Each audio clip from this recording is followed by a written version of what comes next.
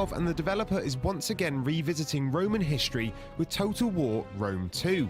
But with a release not due until 2013, there's a long wait until eager fans can get their hands on the game.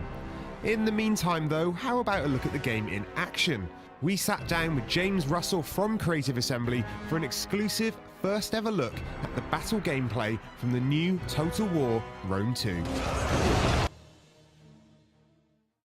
2 years have passed, and the walls of Carthage still stand, and they will continue to stand while Rome relies on ineffective commanders and a rabble of broken men. We are wasting coin and men on a futile... Rome must command respect. We must command respect. Respect will not feed Rome's people. Honored senators, I move that we end the siege of Carthage and turn to civic matters. Senators! Senators! The time has come to end this war. That much is true. But end it with blood and fury and glory for Rome. What we're showing here is part of the siege of Carthage in 146 BC.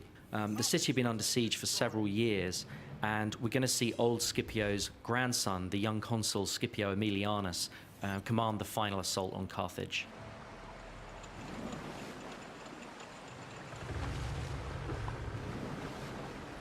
Consul, the fleet is ready. Burn the city, Tiberius.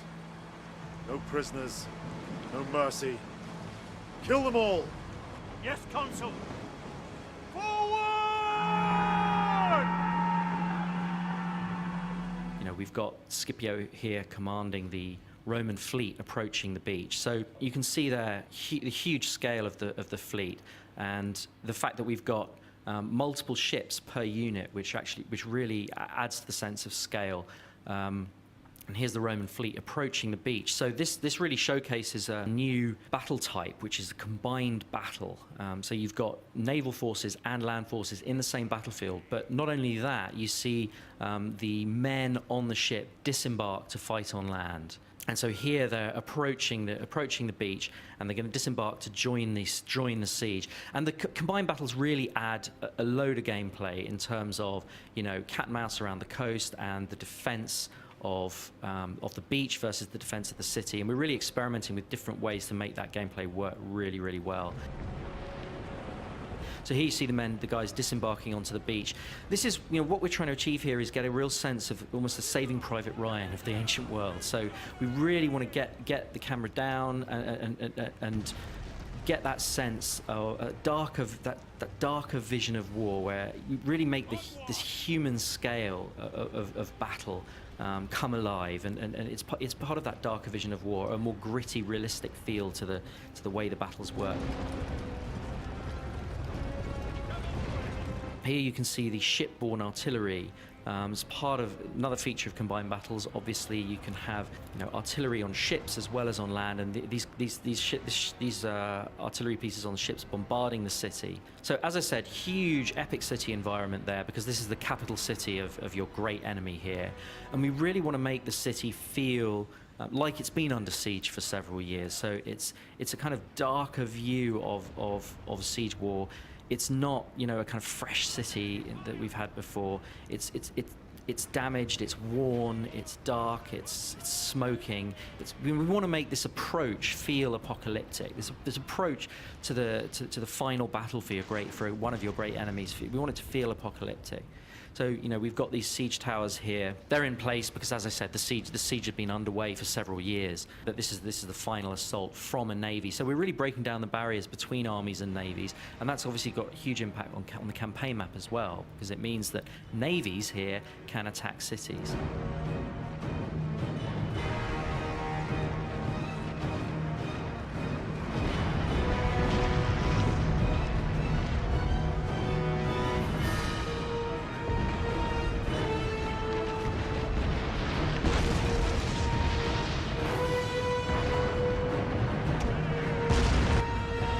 This is the tactical view, the tactical overview. It really helps the player orient themselves in these larger city environments.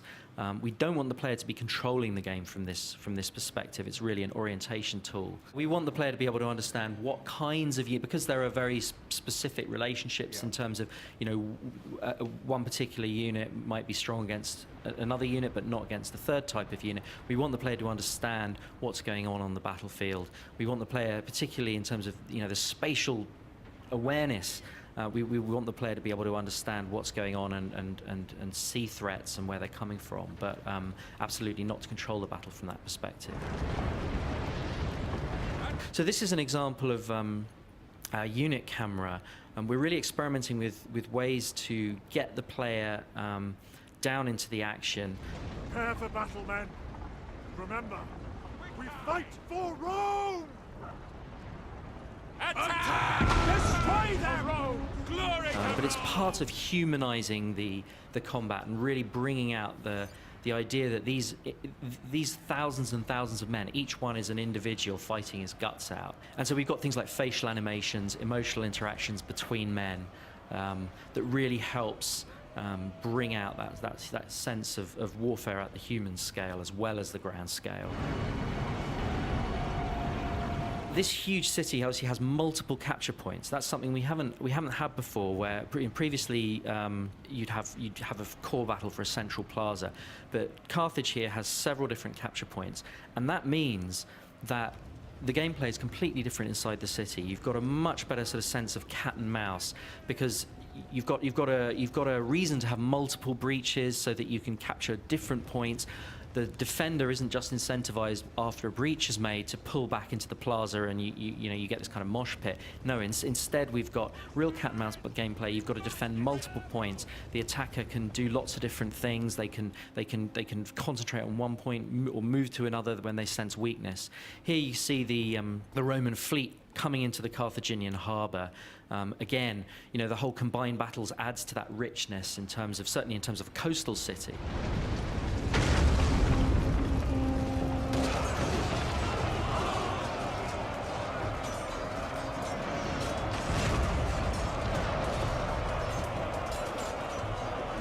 In Shogun, you've got individual samurais seeking out other samurais, and they have this sort of elegant swordplay. But in the Roman era, we really want to get a sense of that kind of brutal, mechanistic group combat. Particularly for the Roman legions, that kind of meat grinder style, that mechanized style. We really want to get a greater sense of sort of visceral impact. So I think, it's part of making the game feel more visceral and have a slightly darker, grittier feel, certainly in terms of the battlefield.